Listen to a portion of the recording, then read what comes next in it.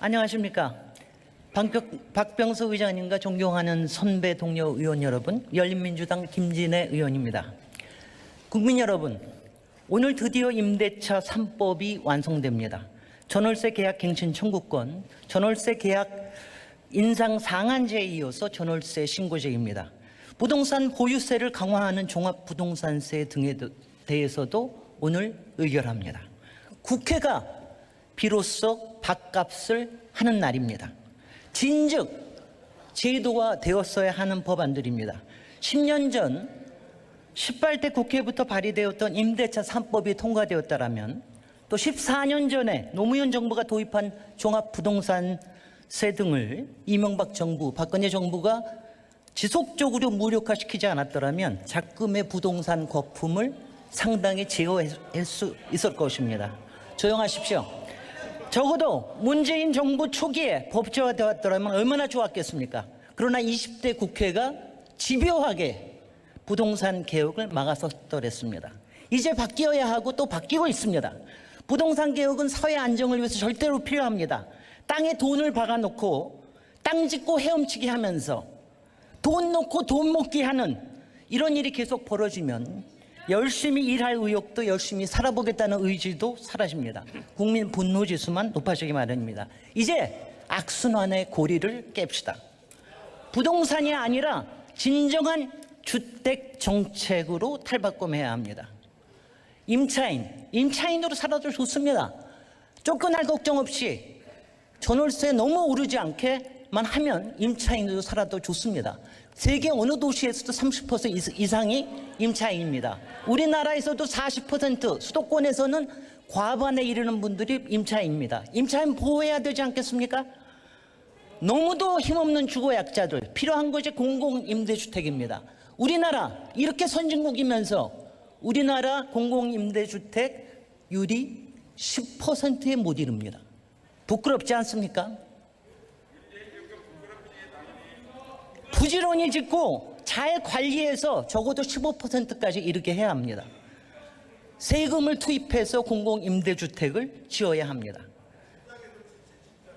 그렇습니다. 여러분들이 종합부동산세를 열심히 걷어주셨으면 진작에 지을 수 있었을 겁니다. 바로 여러분, 고가 아파트에 산들 부동값이 올라도 우리 문제 없습니다. 다만 세금만 열심히 내십시오. 그리고 불로소득이 있으면 거기에 따른 개발 이익을 환수할 수 있게 해주십시오. 그렇게 해서 세금이 모이면 우리는 공공임대주택에 투입할 수 있는 것입니다. 바로 이것을 하자는 것입니다. 국민 여러분, 이제 합의를 이룹시다. 이 부분에 대해서 이제 돌이킬 수 없게 만듭시다. 이 자리에서 미래통합당이 최근 내놓은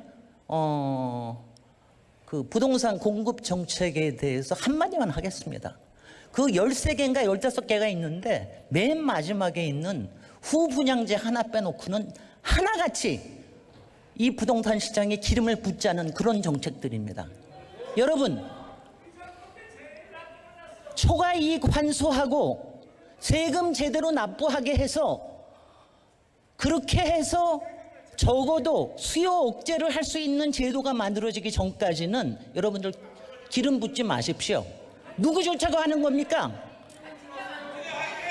누구 좋자고 하는 겁니까? 그런 규제 완화해서 어디로 돌아가자는 것입니까?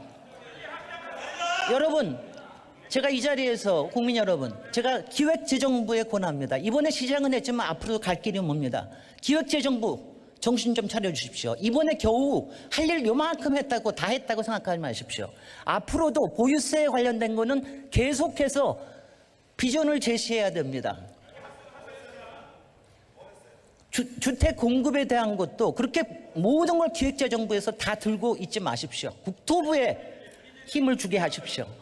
언론 여러분께서도 권합니다. 언론, 제발 부풀리지 마십시오. 부동산 광고에 휘둘리지 말고 광고주에 휘둘리지 마십시오. 클릭수에도 휘둘리지 마십시오. 기사를 빙자한 부동산 부풀리기 허용하지 마십시오.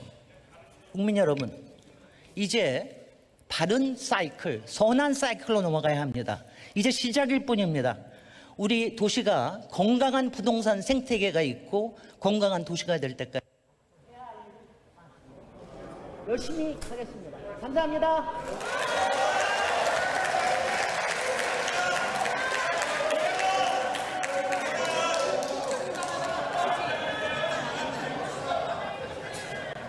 예, 김진애 의원 수고하셨습니다.